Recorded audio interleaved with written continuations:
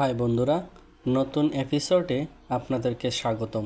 আজকে আমরা জানাতে চাই কান্তাজির মন্দির সম্পর্কে। কান্তাজির মন্দির বাংলাদেশের দিনাজপুর জেলায় অবস্থিত একটি মধ্যযুগীয় হিন্দু মন্দির। মহারাজা প্রাণনাথ রায় মন্দিরটি শ্রীকৃষ্ণ ও তার স্ত্রী রক্ষিণীকে উৎসর্গ করে নির্মিত করেন। এটির নির্মাণ কাজ শুরু হয় 1704 খ্রিস্টাব্দ থেকে এবং শেষ হয় 1752 খ্রিস্টাব্দে। তার পুত্র রাজা রামনাথ রায়ের রাজত্বকালে শেষ হয়। মন্দিরটি নবরত্ন বা 9 শিখর ছিল, কিন্তু 1897 সালে সংঘটিত একটি ভূমিকম্পে সবগুলোই ধ্বংস হয়ে যায়।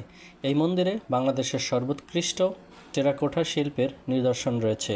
পৌরাণিক কাহিনীসমূহ পোড়ামাটির অলঙ্করণে দেয়ালের গায়ে থেকে নির্মাণ শিল্পীদের আনা হয়েছিল এই মন্দিরের নির্মাণ এবং সৌন্দর্য বর্ধনের জন্য। মন্দিরের দক্ষিণ দিকে নয়াবাদ নামক গ্রামে রাজা প্রাণনাথ নির্মাণ শিল্পী এবং শ্রমিকদের বসবাসের জন্য জমি দান করেন। এই শ্রমিকদের বেশিরভাগই ছিলেন ইসলাম ধর্মাবলম্বী, তাই ধর্মীয় প্রার্থনা পালনের জন্য তারা নয়াবাদ মসজিদ নির্মাণ করেন, যা একই এলাকার আরেকটি প্রত্নতাত্ত্বিক নিদর্শন হিসেবে খ্যাতি অর্জন করে। প্রতি বছর শীতের শুরুতে মন্দির প্রাঙ্গণে 1 মাস ব্যাপী রাসমেলা অনুষ্ঠিত হয়। জানা যায় মহারাজা রামনাথ রায়ের সময়কাল থেকেই এই রাসমেলা অনুষ্ঠিত হয়ে আসছে।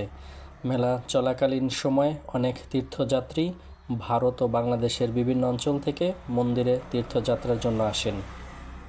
মন্দিরটি দিনাজপুর শহর থেকে 20 কিলোমিটার উত্তরে এবং কাহারোল উপজেলা সদর থেকে 8 কিলোমিটার দক্ষিণ পূর্বে সুন্দরপুর ইউনিয়নে দিনাজপুর তেঁতুলিয়া মহাসড়কের পশ্চিমে টেপা নদীর গ্রামে অবস্থিত।